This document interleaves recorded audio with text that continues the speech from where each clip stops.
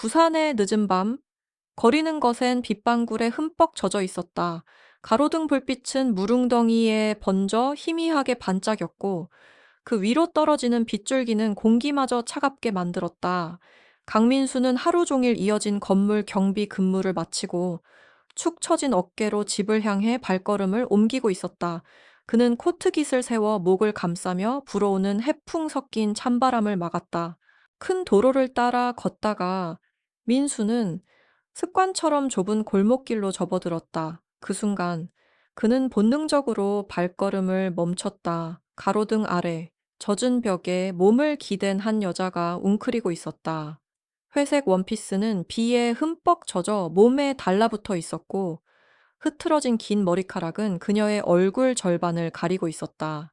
그녀의 양 어깨는 작은 새처럼 떨리고 있었고 두 손은 스스로를 감싸 안고 있었다. 민수는 잠시 숨을 고른 뒤 조심스레 그녀에게 다가갔다. 괜찮으세요? 그는 무릎을 꿇고 그녀의 어깨에 손을 얹어 살짝 흔들었다. 천천히 고개를 든 여자의 눈동자는 초점이 흐릿했다. 숨소리는 약했고 창백한 입술이 떨리고 있었다. 너무 추워요. 그녀의 목소리는 바람 속에 섞여 사라질 듯은 희미했다. 민수는 그녀의 이마에 손을 대고 놀랐다. 뜨겁게 달아오른 열기 분명히 고열이었다. 조금만 참으세요. 병원으로 가야 합니다. 그는 서둘러 코트를 벗어 그녀의 어깨에 둘렀다. 여자는 무언가 말하려 했지만 의식이 흐려지는 듯 고개가 기울어졌다. 더 이상 지체할 수 없었다.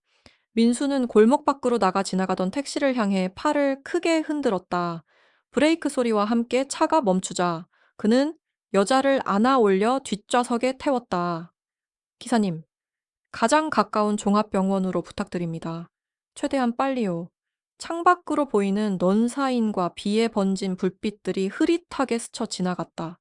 택시 안에서 민수는 여자의 차가운 손을 꼭 잡았다. 그녀의 머리는 민수의 가슴에 기댄 채 미약하게 움직였다.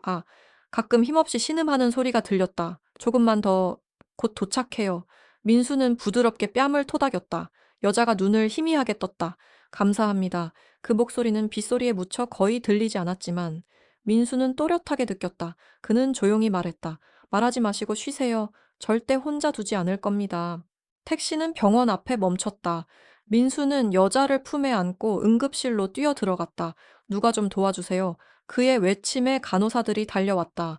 의사가 상태를 확인한 뒤 고개를 들었다. 심한 고열과 탈수입니다. 즉시 수액을 넣어야 해요. 가족이신가요?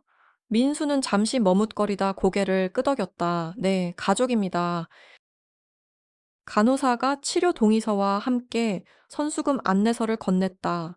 민수는 지갑을 열어보았다. 손에 남은 건 몇만 원뿐이었다. 그는 3년간 오토바이를 사기 위해 모아둔 저축을 떠올렸다. 잠시 숨을 고르더니 망설임 없이 휴대폰으로 전액을 이체했다. 돈은 없어도 한 생명은 지켰다. 그는 작게 중얼거렸다. 3시간 후 의사가 나왔다. 다행히 열은 내렸습니다. 하지만 체력이 약해졌으니 며칠 더 쉬어야 해요. 민수는 안도하며 병실로 향했다. 희미한 불빛 아래 여자의 호흡은 한결 안정되어 있었다. 그는 침대 옆 의자에 앉아 낮은 목소리로 말했다.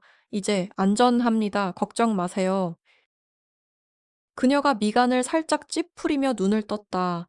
당신은 누구세요? 민수는 부드럽게 웃었다. 그냥 지나가던 사람입니다. 편히 쉬세요. 여자는 잠시 그를 바라보다 다시 눈을 감았다. 민수는 알 수 없는 감정에 사로잡혔다. 마치 이 만남이 끝이 아니라 시작인 것처럼 느껴졌다. 창밖에는 여전히 빗물이 떨어지고 있었다. 다음 날 아침. 병실 창문 틈으로 부드러운 햇살이 스며들었다. 강민수는 의자에 앉은 채 벽에 머리를 기대고 있었다.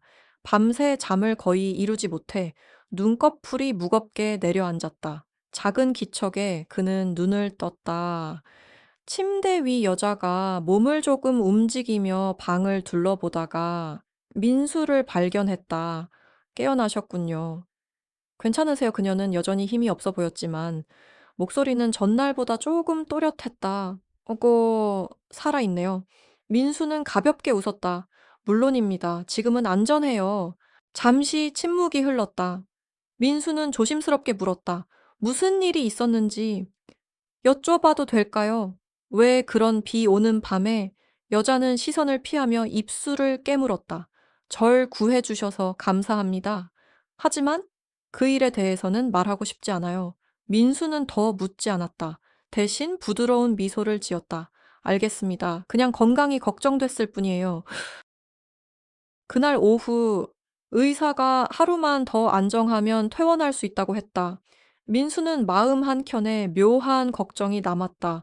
가족도 연락할 사람도 없는 것처럼 보였기 때문이다. 혹시 연락할 분이 있으신가요? 여자는 잠시 머뭇거리더니 고개를 저었다. 없어요, 제가 알아서 할게요. 다음 날 아침, 민수는 병원에 들러 그녀의 상태를 확인하려 했다. 그러나 간호사가 전한 소식은 뜻밖이었다. 그분 새벽 일찍 퇴원하셨어요. 아무 말도 남기지 않고요. 민수는 얼어붙은 듯 서 있었다. 간호사가 덧붙였다. 다만 병실 테이블 위에 이게 있었어요. 작은 종이 쪽지, 모든 것에 감사드립니다. 언젠가 다시 만나길 바랍니다. 짧은 문장이었지만 민수의 가슴 한가운데 묵직하게 박혔다. 그는 쪽지를 오래도록 손에 쥔 채 병원을 나섰다. 비는 그쳤지만 하늘은 여전히 흐렸다. 민수는 집으로 돌아와 침대 모서리에 앉았다. 손에는 여전히 그 쪽지가 있었다. 그가 느끼는 공허함은 돈을 잃어서가 아니었다. 설명할 수 없는 상실감이었다. 3년간 모아온 저축 퇴근길 피곤함을 줄이기 위해 새 오토바이를 사려고 한 돈은 이제 그녀의 병원비로 사라졌다. 그렇지만 민수는 후회하지 않았다. 한 사람의 목숨은 그 어떤 계획보다 소중하다. 문이 열리는 소리에 민수는 고개를 들었다. 룸메이트 박진호가 따끈한 빵 봉지를 들고 들어왔다. 야, 표정 왜 그래? 무슨 일 있어? 민수는 고개를 저으며 억지로 웃었다. 아무 일도 아니야. 그냥 피곤해서. 그래. 진호는 의심스러운 눈빛으로 그를 보다가 결국 빵을 식탁에 내려놓았다. 그날 저녁, 민수는 회사에서 긴급 회의 소식을 들었다. 경비팀 전원이 회의실에 모였고 팀장은 굳은 표정으로 말을 꺼냈다. 여러분도 아시다시피 회사가 구조 조정에 들어갔습니다. 경비 인원을 줄이기로 했습니다. 숨죽인 정적 속에서 이름들이 불렸다. 강민수, 자신의 이름이 들린 순간 민수의 가슴이 철렁 내려앉았다. 이유가 뭡니까? 그의 목소리는 떨렸지만 최대한 침착하려 애썼다. 팀장은 안타까운 표정으로 고개를 저었다. 좋은 직원이었어요. 하지만 경영진의 결정입니다. 제가 바꿀 수 있는 건 없습니다. 책상 위 물건을 정리하며 민수는 지난 3년을 떠올렸다. 비록 화려한 직업은 아니었지만 그에게 안정과 일상을 주던 자리였다. 진호가 달려왔다. 이게 말이 돼. 너 잘렸다고? 왜? 민수는 씁쓸하게 웃었다. 때로는 사람들이 널 버리는데 이유가 필요 없지. 집으로 돌아온 민수는 깊은 한숨을 쉬었다. 일자리도, 저축도 사라졌다. 의지할 가족도 없었다. 그가 가진 건 쪽지 한 장뿐이었다. 저녁, 진호가 말했다. 너 그냥 다시 경비원 자리 알아볼 거야. 다른 건 할 줄 아는 게 없잖아.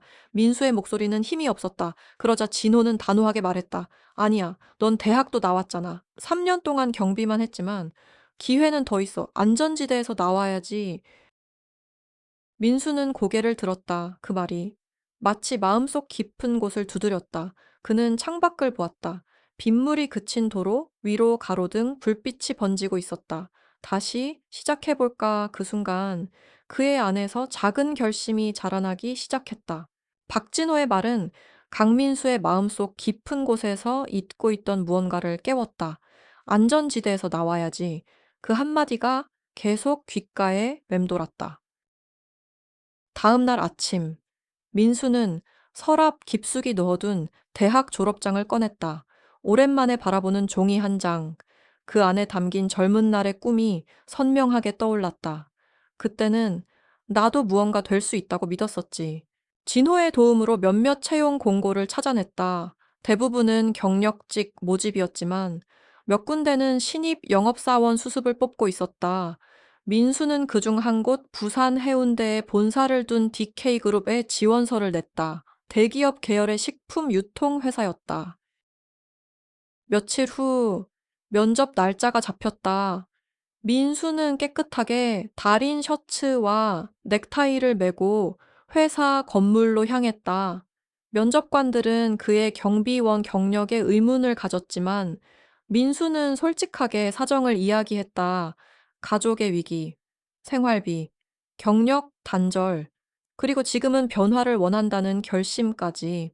일주일 뒤 민수는 DK그룹 인사팀으로부터 전화를 받았다. 강민수 씨, 축하드립니다. 영업부 수습사원으로 채용되었습니다. 순간 그의 심장이 빠르게 뛰었다.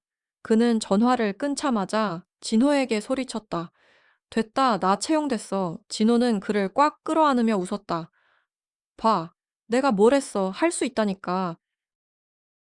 월요일 아침, 민수는 경비원 유니폼 대신 말끔한 정장을 입었다. 거울 속 자신의 모습이 낯설었지만 묘한 설렘이 있었다. 회사 로비에 들어서자 반짝이는 대리석 바닥과 고급스러운 인테리어가 그를 압도했다.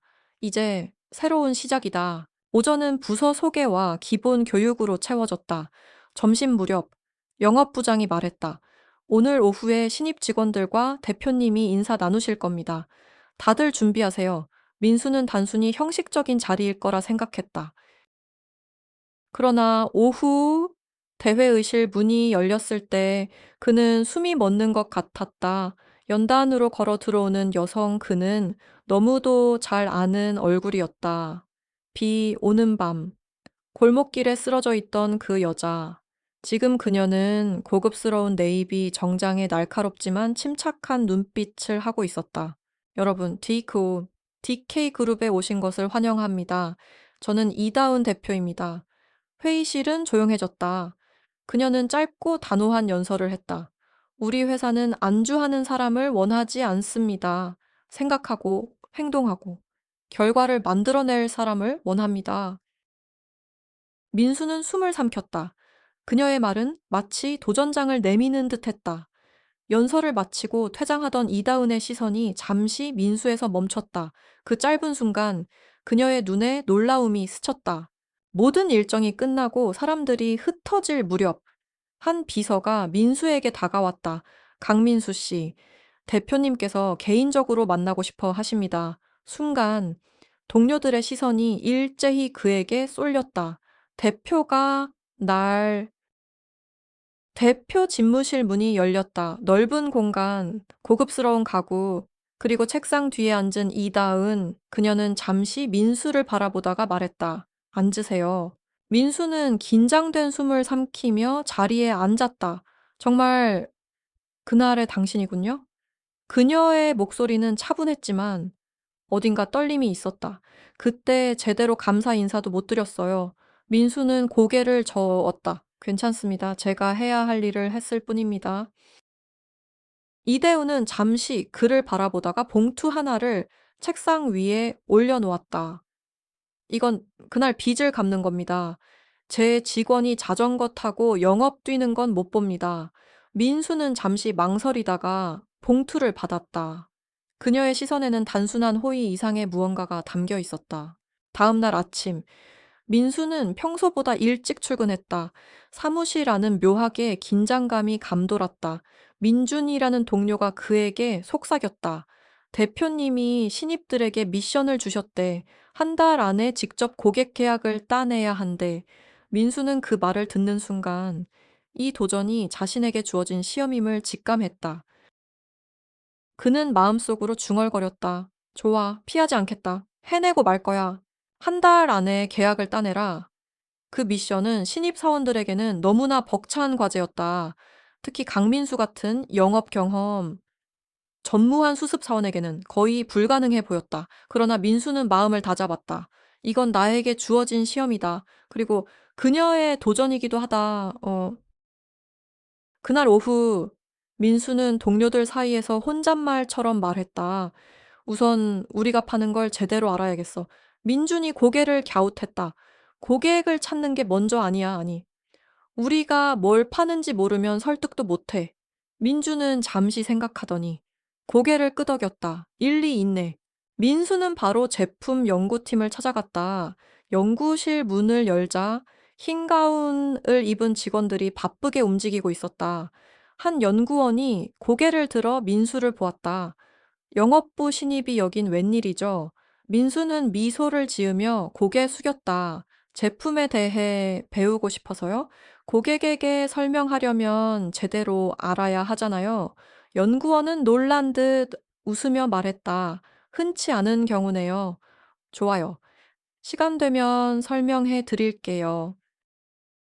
그날 오후 내내 민수는 DK그룹이 취급하는 유기농 식품 라인과 생산 과정, 품질 관리 기준 등을 배우며 메모했다. 제품이 어떻게 만들어지고 왜 경쟁사보다 신뢰할 수 있는지 알게 되자 민수의 마음에 자신감이 조금씩 생겼다. 이제 고객을 찾을 차례였다. 하지만 막상 연락처를 만들려니 막막했다. 그때 문득 예전 경비원 시절 알게 된 한 사람의 얼굴이 떠올랐다. 해운대 일대의 식당 체인을 운영하는 김성호 사장. 그는 늘 깨끗한 식자재를 찾는다고 했었다. 민수는 곧장 전화를 걸었다. 사장님, 저 강민수입니다. 그 예전에 빌딩 경비원으로 있었던. 잠시 정적이 흐른 뒤 반가운 웃음소리가 들렸다. 아, 그 아침마다 인사하던 청년 잘 지냈나? 민수는 숨을 고르고 말했다. 네. 이번에 DK그룹에서 유기농 식품 영업을 시작했습니다. 사장님께서 예전에 새 공급업체를 찾고 계시다고 하셔서요. 제안 한번 드리고 싶습니다. 김 사장은 잠시 생각하더니 대답했다. 마침 찾고 있었어. 내일 점심에 가게로 와. 민수는 전화를 끊고 주먹을 살짝 쥐었다. 첫 기회다. 절대 놓치지 않는다. 다음 날, 그는 넥타이를 바짝 조이고 김 사장의 식당으로 갔다. 김 사장은 그를 따뜻하게 맞이했지만 곧 표정이 진지해졌다. 좋아, 들어보자. 가격, 품질, 납기 이 세 가지가 중요해. 민수는 전날 밤까지 준비한 자료를 펼쳐가며 차근차근 설명했다. 유기농 인증 절차, 생산 농가, 가격 경쟁력, 신선 배송 시스템. 김 사장은 몇 번 고개를 끄덕였지만 마지막에 말했다. 좋은데 다른 업체 견적도 받아본 다음에 결정하지. 희망과 아쉬움이 동시에 밀려왔다. 민수는 웃으며 인사했다. 네, 좋은 결과로 다시 뵙겠습니다. 그 뒤로 민수는 하루에도 수십 통의 전화를 걸고 수십 개의 가게와 회사를 방문했다. 대부분은 문전박대였다. 수습 사원이라고요. 미안하지만 우린 이미 계약한 업체가 있어서요. 퇴짜를 맞고 나올 때마다 발걸음은 무거웠지만 포기할 생각은 없었다. 밤마다 그는 제품 자료를 다시 보고 더 설득력 있는 말투를 연습했다. 하루는 진호가 글을 보며 물었다. 야, 이렇게 거절당하면서도 계속 할 거야. 민수는 피곤한 미소를 지었다. 포기할 수 없어. 처음부터 다시 시작하고 싶진 않거든. 3주가 지났을 무렵 김 사장에게서 연락이 왔다.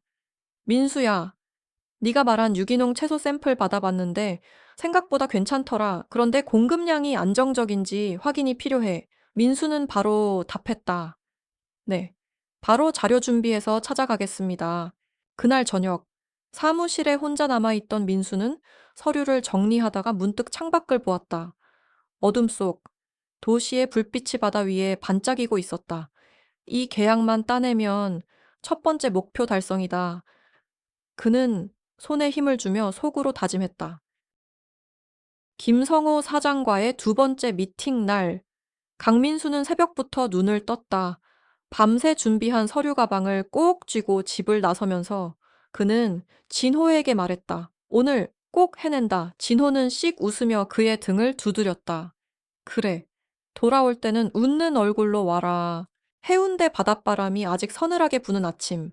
민수는 김 사장의 식당 문을 열었다. 사장은 이미 테이블에 앉아 있었다. 왔나? 자, 앉아. 민수는 준비한 자료를 펼치며 차분하게 설명을 시작했다.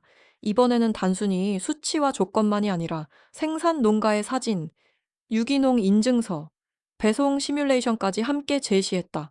이거는 꽤 체계적이네. 사장이 고개를 끄덕였다. 잠시 침묵이 흐른 뒤 김 사장은 서류를 덮으며 말했다. 좋아. 한 달 시범 계약해보자. 민수의 심장이 쿵 하고 뛰었다. 감사합니다. 사장님. 절대 후회하지 않으실 겁니다. 회사로 돌아온 민수는 가장 먼저 영업부 부장에게 보고했다. 부장은 놀란 표정이었다. 신입이 첫 달에 계약을 따오다니. 이건 대표님도 흥미로워 하시겠군. 그날 오후 민수는 대표실로 호출됐다. 문을 열자 이대은이 창가에 서서 바다 쪽을 바라보고 있었다. 그녀는 천천히 돌아서며 물었다. 들었어요? 첫 계약이라죠? 민수는 고개를 숙이며 대답했다. 네. 김성호 사장과 한 달 시범 계약을 체결했습니다. 이다운의 입가에 옅은 미소가 스쳤다. 대단하네요, 솔직히. 신입들이 이번 미션을 해낼 거라 기대하지 않았어요. 민수는 진심을 담아 말했다. 대표님이 주신 도전이 아니었다면 이렇게까지 해보려고 하지 않았을 겁니다. 그녀의 시선이 잠시 민수의 얼굴에 머물렀다. 그날 골목에서 쓰러져 있던 저는 무력했죠. 그런데 지금은 제 앞에 이렇게 도전적인 표정을 짓는 사람이 서 있네요. 민수는 쑥스러운 듯 웃었다. 저도 그날 이후로 많이 변했습니다. 잠시 침묵이 흐르더니 이대훈이 서류 한 장을 책상 위에 올려놓았다. 이건 보너스입니다. 계약 축하 겸 앞으로의 기대를 담았어요. 민수는 고개를 저었다. 저는 보답을 바라지 않고 한 행동이었습니다. 알아요. 그래서 드리는 겁니다.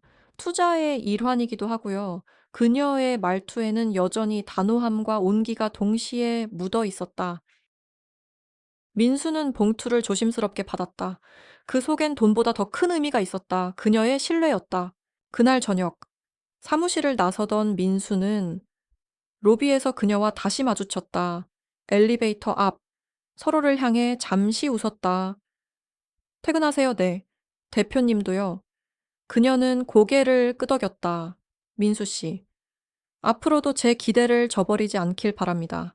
저도 대표님의 기대를 계속 받을 수 있도록 노력하겠습니다. 엘리베이터 문이 닫히는 순간 민수는 알았다. 이건 단순한 직장 생활의 시작이 아니라 서로의 인생에 깊이 얽히게 될 첫 발걸음이라는 것을. 며칠 뒤 김성호 사장은 첫 납품에 만족해 전속 계약 의사를 밝혔다.